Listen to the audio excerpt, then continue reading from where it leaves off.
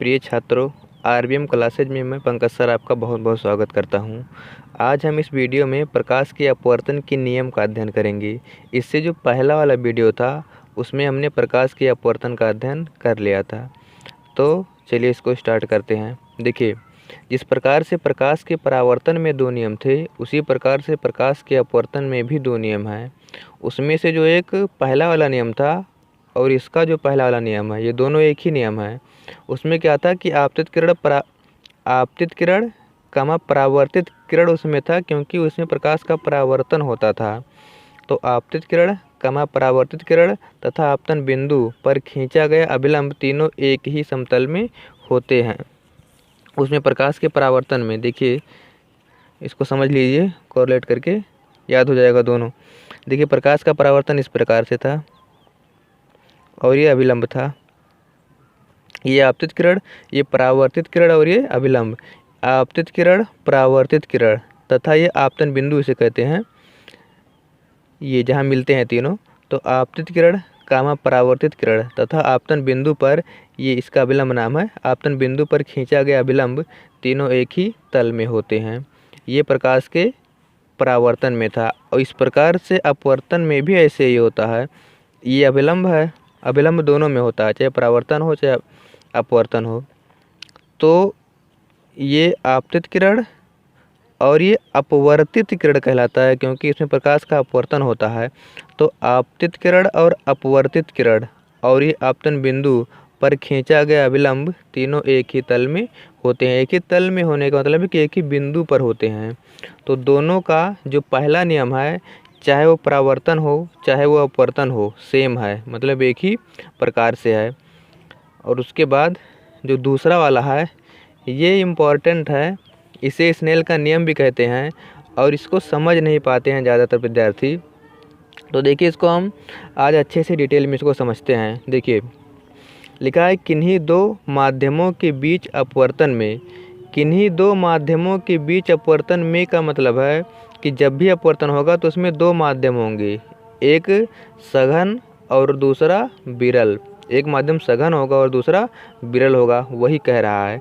एक वर्णीय प्रकाश के लिए, देखिए, एक वर्णीय प्रकाश के लिए का मतलब है प्रकाश में 7 रंग होते हैं, तो उसमें जो 7 का विचलन होता है वो अलग अलग होता है। कोई रंग कम मुड़ता है, कोई रंग ज़्यादा मुड़ता है। ये जब हम प्रिज्म वाला पढ़ाएंगे तो उसमें बताएंगे। तो एक वर्णीय प्रकाश का ये मतलब हुआ कि उसमें एक ही रंग का प्रकाश होना चाहिए, 7 का नहीं तो किसी का ज़्यादा मुड़ जाएगा, किसी का कम मुड़ जाएगा, तो ये नियम वहाँ पर फॉलो नहीं होगा। इसीलिए यहाँ पर लिखा एक वर्णीय प्रकाश के लिए आपतन कोण की ज्या माने साइन होता है। देखिए, यहाँ लिखे हैं, जो गणित में हम साइन पढ़ते हैं, SINE, साइन इसी का शॉर्ट फॉर्म है, मतलब संक्षेप में लिखा होता है SIN। तो उसी को हिंदी में ज्या कहते हैं, साइन, और कोज्या कहते हैं, कास को, इससे कास कहते हैं, कोसाइन नाम उसका। और टैन को टेंजेंट कहते हैं, अस्प्रज्या कहते हैं उसे हिंदी में। तो ये उसी त्रिकोणमिति का जो साइन होता है उसी का ये हिंदी है ज्या। तो आपतन कोण की ज्या, आपतन कोण मतलब, देखिए यहाँ पर आपतन कोण मतलब मालूम है, लेकिन फिर से एक बार दिखाते हैं। देखिए, ये कोण आपतन कोण, आपतित किरण और अभिलंब के बीच बने कोण को आपतन कोण I कहते हैं। तो ये जो आपतन कोण है उसके बाद तथा अपवर्तन कोण की ज्या, मतलब अपवर्तन कोण का साइन निकालेंगे, परस्पर समानुपाती होते हैं। अब इसका क्या मतलब हुआ, देखिए इसमें चित्र में, ये आपतन कोण है और ये अपवर्तन कोण है, ये परस्पर समानुपाती होते हैं। अब जो है हम यहाँ पर समानुपाती को समझेंगे कि समानुपाती क्या होता है। ये बहुत बार सुने होंगे लेकिन ये समझ में नहीं आया होगा। देखिए, इस प्रकार का एक ठो चिन्ह होता है, ये देखे होंगे। तो इसमें क्या लिखा था कि आपतन कोण की ज्या, मतलब साइन आई, ये आपतन कोण की ज्या हो गया, ये आपतन कोण और ये ज्या, इसे आपतन कोण की ज्या। ये अनुक्रमानुपाती, इसे अनुक्रमानुपाती भी कहते हैं समानुपाती को। अनुक्रमानुपाती और समानुपाती दोनों एक ही चीज़ है। तो साइन आई अनुक्रमानुपाती किसके होता है, अपवर्तन कोण के साइन के, यानी कि साइन आर के, ये तो अपवर्तन कोण है, इसके समानुपाती होता है। अब इसका क्या मतलब हुआ, उसको समझने के लिए हमें उससे पहले ये समझना पड़ेगा कि ये क्या बताता है। देखिए, ये जो है ये बराबर का चिन्ह नहीं है, ये जो है ये बताता है अगर किन्हीं दो संख्याओं के बीच में ये लगा है तो इसका मतलब ये होगा कि अगर कोई एक संख्या बढ़ेगी, मतलब ये आगे वाला अगर बढ़ा तो उसके साथ साथ पीछे वाला भी बढ़ेगा, अगर ये घटा तो ये भी घटा। ये संबंध क्या बताता है कि दो संख्याओं में अगर पहला बढ़ता है तो दूसरा भी बढ़ेगा और पहला घटता है तो दूसरा भी घटेगा। जैसे ओम के नियम में पढ़े थे, B is proportional to I, B माने विभवांतर, आई माने धारा। जितना ज़्यादा विभवांतर लगाएंगे उतने ज़्यादा धारा का प्रवाह होगा, यानी कि जितने बड़ा बैटरी लगाएंगे उतने ज़्यादा तो धारा का प्रवाह उसमें होने लगेगा। तो यही इसका मतलब था कि अगर बैटरी बढ़ाएंगे तो धारा बढ़ जाएगा, बैटरी घटाएंगे तो धारा घट जाएगा। तो इसमें क्या कह रहा है कि जो आई का मान होगा, अगर हम आई का मान बढ़ाएंगे तो आर का मान बढ़ेगा, आई का मान घटाएंगे तो आर का मान घटेगा, लेकिन साइन आई का मान बढ़ाने पर साइन आर का मान घटेगा। साइन आई का मतलब लंब बटे कर्ण तो होता है, और इसमें भी आई, देखिए साइन आई का मतलब है कि आई के साथ में कोण लेना है और उसे लंब बटे कर्ण बनाना है। देखिए लंब इसमें कौन है, अगर हम यहाँ से एक लाइन खींच दें ऐसे, ये त्रिभुज बन जाएगा ये। तो इसके जो सामने वाली भुजा होती है, कोण के सामने वाली भुजा, वो लंब कहलाती है। अगर हम ऐसे खींच दें इस प्रकार से तो ये लंब हो गई, लंब ये है, कर्ण ये है और ये आधार है। मतलब इस त्रिभुज में इसका और इसका बटा, और उसके बाद में इस त्रिभुज में साइन आर, ये लंब है और ये कर्ण है, तो ये लंब बटा कर्ण। त्रिकोणमिति में साइन थीटा बराबर ये तो होता है। तो आई का मतलब होता है कि ये और ये कोण बढ़ाना, और आर का मतलब होता है यहाँ से लेकर के यहाँ तक, यानी कि ये कोण बढ़ाना। तो देखिए अगर हम ये अगर हम ये आई का मान बढ़ाते हैं, आई का मान, तो आर के मान पर क्या प्रभाव पड़ेगा। देखिए आई का मान बढ़ाने का मतलब इसे हमें और नीचे से लाना है। जब हम इसे और नीचे से लेकर आएंगे तो ये कहाँ से जाएगा, नीचे जाएगा कि ऊपर, ये ऊपर जाएगा। इसका क्या मतलब हुआ कि आर का मान भी बढ़ गया। तो जब हम आई का मान बढ़ाते हैं तो आर का मान बढ़ जाता है, और जब हम आई का मान घटाएंगे, इसे और ऊपर कर दें, मतलब इसे और ऊपर से गुजारें, तो आई का मान छोटा हो गया। तो जब ये और ऊपर से गुजारेंगे तो ये और नीचे से जाएगा। इसका क्या मतलब हुआ कि जब हमने आई का मान बढ़ाया तो आर का मान बढ़ गया, और जब आई का मान घटाए तो आर का मान घट गया। इसी को क्या नाम, विज्ञान या गणित के भाषा में इस अक्षर से, इस प्रतीक से प्रदर्शित करते हैं, और इसका नाम समानुपाती या अनुक्रमानुपाती है। तो जो साइन आई होता है ये साइन आर के समानुपाती होता है। तो इसको ऐसे भी लिख सकते हैं कि किसी प्रकाश के लिए अपवर्तन कोण की ज्या साइन तथा अपवर्तन कोण की ज्या आर परस्पर समानुपाती होते हैं। अब देखिए इसको, तो ये वाला बढ़ाने, क्या नाम, आई को जब बढ़ाएंगे तो आर बढ़ता है, आई को जब घटाएंगे तो आर घटता है। तो इसको बढ़ाने पर ये बढ़ा, इसको घटाने पर ये घटा, लेकिन ये बराबर नहीं है। आई जो है वो आर के बराबर नहीं है। देखिए जैसे इसको थोड़ा सा और समझ लीजिए ध्यान से। जैसे देखिए अगर हम कोई गाय मान लीजिए और कोई चारा है, यहाँ पर गाय का चारा है और ये गाय है, ठीक है। ध्यान से इसको समझ लीजिए, इसका मतलब क्या है क्लियर हो जाएगा, फिजिक्स में मिलेगा तब वहाँ डाउट नहीं रहेगा। ये चारा है और ये गाय हो गया मान लीजिए। अब क्या करना है, ये गाय दूध देती है, तो जब हम चारा को बढ़ाएंगे तो दूध पर क्या प्रभाव पड़ेगा, गाय का जो दूध था वो भी बढ़ जाएगा। जब हम चारा को घटाएंगे तो जो गाय का दूध था वो भी घट जाएगा। ऐसा ही तो होता है। तो यही इसका मतलब हुआ कि जब हम आयु बढ़ा रहे थे तो आर बढ़ा, जब हम आयु बढ़ा रहे थे तो आर बढ़ा, जब हम आयु घटाए तो आर घट गया। अच्छा अब देखिए ये जो है इसके बराबर नहीं होता है। इसको जब बढ़ाने लगते हैं तो ये भी बढ़ने लगता है, इसको जब घटाने लगते हैं तो ये भी घटने लगता है। जो भी हो जिसके पद में हो, विभवांतर बढ़ाएंगे तो धारा बढ़ने लगेगा, विभवांतर घटाएंगे तो धारा घटने लगेगा। ऐसे इस प्रकार का संबंध जिसमें भी आएगा उन सब में जब हम इसको बढ़ाएंगे या घटाएंगे तो वो घटने और बढ़ने लगता है। तो अब देखिए जब ये वाला इसके बराबर है नहीं, तो इसको जब भी हम हटाएंगे बराबर करने के लिए, इसको इससे बराबर करने के लिए जब भी हम हटाएंगे तो यहाँ पर एक नियतांक आएगा। नियतांक, वो जो नियतांक होगा वो ये बताने के लिए आएगा कि ये वाला इससे कितना अंतर था। मतलब आई और आर में कितना अंतर था। जैसे देखिए यहाँ गिनती लिख करके बता देते हैं। ये देखिए विभवांतर समझिए इसको, विभवांतर और ये धारा। जैसे मान लीजिए कि हम जब 5 वोल्ट का बैटरी लगाए 5 वोल्ट का, तो इसमें 2 एम्पियर की धारा प्रवाहित होने लगी, 2 एम्पियर की। जब इसको बढ़ा करके 10 वोल्ट कर दिए तो इसमें जो है 4 एम्पियर की धारा प्रवाहित होने लगी। विभवांतर बढ़ाए तो धारा बढ़ने लगेगी। और जब इसमें हम 15 किए तो ये 6 एम्पियर हो गई, और जब इसमें 20 किए तो ये हो गया 8 एम्पियर। देखिए इसमें समान रूप से बढ़ रहा है। अब देखिए जब इसको हम बढ़ा रहे थे तो ये भी बढ़ रहा था, यहाँ 5 था यहाँ 10 हुआ तो ये भी बढ़ गया। लेकिन कितने का अंतर हुआ है बढ़ने में, यहाँ 5 था 2 है, 10 हुआ तो यहाँ 4 हुआ है। कितना बढ़ा, यहाँ पर 5 बढ़ा है तो यहाँ पर कितना बढ़ा है, 2 बढ़ा है। देखिए इसमें 5 का अंतर हो रहा है और इसमें 2 का अंतर। अब सब जगह ऐसे हो रहा है, यहाँ पर 5 का अंतर हो रहा है और यहाँ पर 2 का अंतर हो रहा है, यहाँ पर भी 5 का अंतर हो रहा है और यहाँ पर भी 2 का अंतर हो रहा है।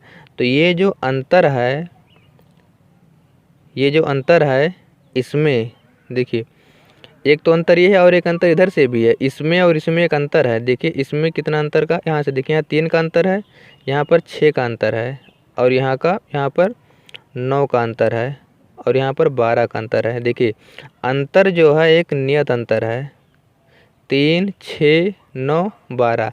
ये जो अंतर है इसी को हम नियत माने कांस्टेंट कहते हैं, मतलब वो स्थिर अंतर है। वो जो अनुपात अगर इन दोनों को घटा करेंगे हम तो यही वाला आएगा। देखिए अंतर स्थिर का ही मतलब है कि जितना मान ये है उतने मान ये भी है, उतने मान ये भी है, उतने मान ये भी है। कैसे है देखिए 20 बटे अगर हम 8 लिख दें तो 4 पंचे 20 और 4 दूनी 8, 5 अनुपात 2 आया कि नहीं, यहाँ भी 5 था और यहाँ भी 2 है। ऐसे हम सबको अगर बटा करेंगे यानी कि जब अनुपात निकालेंगे तो यही वाला आएगा। मतलब ये जो संख्याएं लिखी गई हैं वो सब संख्याएं एक ही हैं, और इसको जब हम बढ़ा रहे थे तो ये भी बढ़ रहा था। मतलब उसके बीच में जो अंतर है वो नियत है, कांस्टेंट इसी को कहते हैं। तो जब हम इस अनुक्रमानुपाती चिन्ह को हटाते हैं तो वो जब हट जाता है तो यहाँ पर एक संख्या आ जाती है, और वो संख्या ये बताने के लिए आती है कि इसमें कितना अंतर था। जैसे इसमें और इसमें अंतर है ना 6 का, यहाँ कितने का 9 का, और यहाँ कितने का 12 का। तो यही अंतर बताने के लिए यहाँ पर एक अक्षर आता है, उसी को हम नियतांक कहते हैं बार बार। तो देखिए यहाँ पर जो अक्षर आता है उसे साइन आई बराबर n साइन r, जहाँ n क्या है एक नियतांक है। अब हम इसको इसके नीचे ले चलते हैं तो ये हो जाएगा साइन आई बटा साइन r, ये गुणा वाला पक्षांतर करेंगे भाग हो जाएगा बराबर n, जहाँ n क्या है एक नियतांक है। ये जो n है एक नियतांक है जिसे अपवर्तनांक कहते हैं, n को अपवर्तनांक कहते हैं। तो और ये जो पूरा बना है इसे हम स्नेल का नियम कहते हैं, ये जो पूरा बना है। तो अब देखिए उम्मीद करता हूँ कि समझ में आया होगा। अब देखिए इसको ध्यान से, एक सेकंड रुकिए। स्नेल का नियम, इसे स्नेल का नियम कहते हैं, इसी को यहाँ पर जो प्राप्त हुआ है, सॉरी इसे नहीं स्नेल का नियम कहते हैं, जो क्या नाम है जो दूसरा नियम है, हाँ यही कह सकते हैं। देखिए ये जो अनुपात मतलब इसको बढ़ाने पर बढ़ता है, इसको हटाने पर घटता है, इसी को हम स्नेल का नियम कहते हैं। तो इसे स्नेल का नियम कहते हैं। देखिए इसी को गणितीय रूप में लिखा गया है जो भी लिखे थे हम। यदि अपवर्तन कोण आई तथा अपवर्तन कोण आर हो तो sine I proportional to sine R, proportional कहते हैं इंग्लिश में। इसको जब यहाँ लेकर आए तो ये एन हो गया। इसको जब हटाते हैं तो यहाँ कोई ना कोई अक्षर आता है, वही अक्षर यहाँ आया। जैसे देखिए यहाँ पर हटा करके दिखाए थे ना, इसको जब भी हम हटाएंगे चाहे जब यहाँ पर कोई एक नया अक्षर आएगा और वो जो आएगा वो नियतांक रहेगा, और नियतांक का मान इसमें जो है अपवर्तनांक किसे कहते हैं। अलग अलग जगह इसका नाम अलग अलग होगा, लेकिन जब जब हम उसको हटाएंगे तब तो हमें क्या होगा एक एक नियतांक प्राप्त होगा। तो ठीक है, देखिए यहाँ पर यहाँ लिखा है जहाँ n समानुपातिक नियतांक इसे अपवर्तनांक कहते हैं। तो इस प्रकार से अपवर्तनांक वाला जो टॉपिक है ये ख़त्म हो गया। अब हम पढ़ेंगे सापेक्ष तथा निरपेक्ष अपवर्तनांक। देखिए इसमें लिखा है यदि प्रकाश किसी माध्यम 1 से दूसरे माध्यम 2 में जा रहा है, मतलब 2 माध्यम है, ये माध्यम 1 है और यहाँ पर नीचे जो है वो माध्यम 2 है। ये वाला माध्यम 2 है। तो प्रकाश जो है ये माध्यम 1 से ये माध्यम 2 में जा रहा है। अब यहाँ कुछ भी माध्यम हो सकता है, जैसे हवा हो गया, हवा से जल में जा रहा है, या कांच से वायु में जा रहा है, या निर्वात से कांच में जा रहा है, कहीं से भी जा रहा है। इसका नाम माध्यम 1 है और इसका नाम माध्यम 2 है। तो यदि प्रकाश किसी माध्यम 1 से दूसरे माध्यम 2 में जा रहा हो तो अनुपात साइन आई बटे साइन आर को पहले माध्यम के सापेक्ष दूसरे का अपवर्तनांक कहते हैं।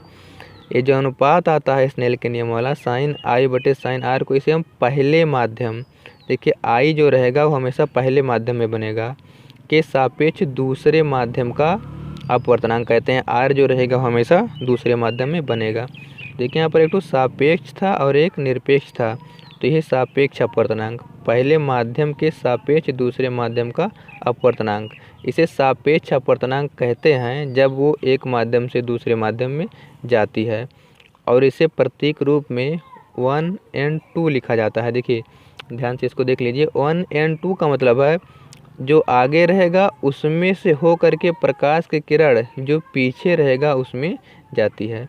देखिए माध्यम 1 से माध्यम में 2 जा रही, माध्यम 2 में जा रही थी ना, तो ये 1n2 मतलब एक माध्यम से दूसरे माध्यम में जाती है, या इसे n12 भी लिखा जाता है। देखिए इस प्रकार से लिखो चाहे इस प्रकार से, जो आगे है प्रकाश की किरण उसमें से जो पीछे है उसमें जाती है।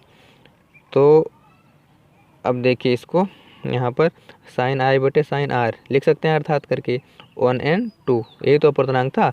अपवर्तनांक का मतलब ये होता है, ये जो n रहेगा वो ये बताएगा कि प्रकाश की जो किरण है वो किस में से हो करके किस में जा रही है, ये बताएगा। और जिसके लिए n का मान जितने ज़्यादा होगा उसमें प्रकाश की किरण उतने ज़्यादा मुड़ेगी। n का मतलब ये रहेगा, अपवर्तनांक का ये मतलब होता है प्रकाश की किरण उतने ज़्यादा मुड़ेगी जिसका अपवर्तनांक जितना ज़्यादा होता है। तो ये हो गया। अच्छा इस प्रकार से लिखो। और एक चीज़ देखिए, इसको इस प्रकार से भी लिख सकते हैं। अभी किस में देखिए, जो पीछे है वो ऊपर रहेगा, जो आगे है वो नीचे रहेगा। देखिए जो पीछे है वो ऊपर रहेगा, जो आगे है वो नीचे रहेगा। चाहे ऐसे लिखो, चाहे ऐसे लिखो, चाहे ऐसे, हम तीनों तरीके से इसको लिख सकते हैं। अब देखिए इसमें ये तो सापेक्ष अपवर्तनांक हो गया।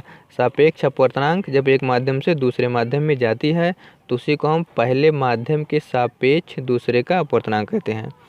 देखिए अब देखिए इसमें, यदि पहला माध्यम निर्वात हो, अभी तक क्या था उसमें, माध्यम 1 और माध्यम 2 था, हवा से जल में जा रहा था या कांच से जल में जा रहा था, किसी में भी जा रहा था। लेकिन यदि एक स्पेशली है, केवल यदि पहला माध्यम निर्वात हो, यहाँ निर्वात के लिए स्पेशल कर दिया गया है। अगर पहला माध्यम निर्वात होगा तो निर्वात के सापेक्ष किसी माध्यम के अपवर्तनांक को उस माध्यम का निरपेक्ष अपवर्तनांक कहते हैं। मतलब अगर प्रकाश की किरण यहाँ निर्वात से किसी में भी जाएगा तो उसे हम क्या कहेंगे, निरपेक्ष अपवर्तनांक। लेकिन अगर निर्वात को छोड़ करके किसी दूसरे में जाता है तो उसे हम कहेंगे पहले के सापेक्ष दूसरे का अपवर्तनांक। अगर निर्वात से चाहे जिसमें जाए, चाहे निर्वात से जल में जाए, तो इसे हम क्या कहेंगे, जल का निरपेक्ष अपवर्तनांक। अभी देखिए यहाँ आगे लिखा होगा, देखिए लिखा है, यदि माध्यम 1 निर्वात तथा माध्यम 2 कांच हो, मतलब जो माध्यम 1 है वो निर्वात हो, इस प्रकार से यहाँ बना देते हैं। ये माध्यम 1 है निर्वात हो और माध्यम 2 है, 2 जो है वो क्या हो, कांच हो। निर्वात और ये कांच, तो निर्वात में से जब प्रकाश किरण जाएगी तो इसे हम क्या कहेंगे, कांच का निरपेक्ष अपवर्तनांक। इसे Ng से प्रदर्शित करेंगे। जी माने ग्लास, ग्लास माने कांच, तो इसे कांच का निरपेक्ष अपवर्तनांक कहेंगे। देखिए यहाँ पर आपकी कोई अक्षर नहीं लिखी है, इसका मतलब जब कुछ नहीं लिखा रहेगा तो इसका मतलब निर्वात होगा और इसे निरपेक्ष अपवर्तनांक कहेंगे। लेकिन अगर निरपेक्ष नहीं रहेगा तो क्या होगा, यहाँ आगे भी लिखा रहेगा, यहाँ पीछे भी लिखा रहेगा। इसका मतलब यही होगा कि किस में से होकर के किस में जा रहा है। अच्छा और एक चीज़ यहाँ समझ लीजिए, निरपेक्ष अपवर्तनांक क्या होगा। जैसे देखिए अगर प्रकाश की जो किरण है वो इस प्रकार से जा रही है, देखिए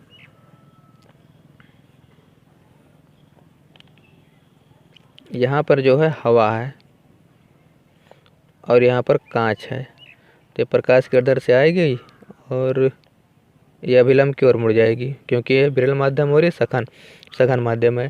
तो देखिए इसको कैसे लिखेंगे, हवा को एयर कहेंगे इंग्लिश में, ए। देखिए इसे लिखेंगे साइन आई बटा साइन आर बराबर ए, मतलब एयर से आ रही है, एन जा कहाँ रही है, कांच में, जी, ए एन जी। मतलब इसे पढ़ेंगे कैसे, वायु के सापेक्ष कांच का अपवर्तनांक।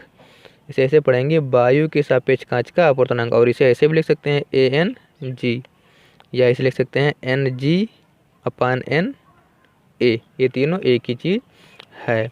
और एक उदाहरण दे देते हैं, जैसे देखिए कि एकदम से स्पष्ट हो जाए, फिर कभी गलती ना हो।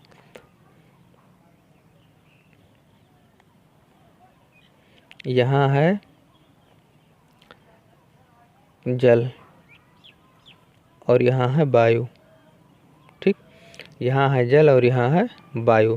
तो जल से वायु में जा रहा है, तो जल को क्या कहते हैं, जल को कहते हैं वाटर।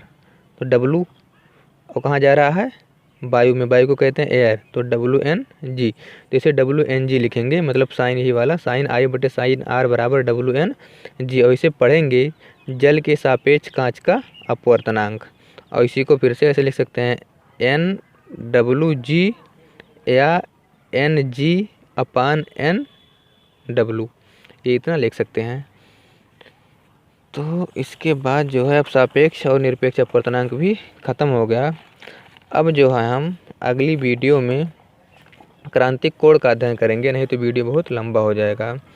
तो ठीक है, अगर वीडियो अच्छा लगा हो तो चैनल को सब्सक्राइब कर लीजिए। इससे हम जो अगला वीडियो बनाएंगे उसका नोटिफिकेशन आपके पास पहुंच जाएगा और आप आसानी से उसका अध्ययन कर लेंगे।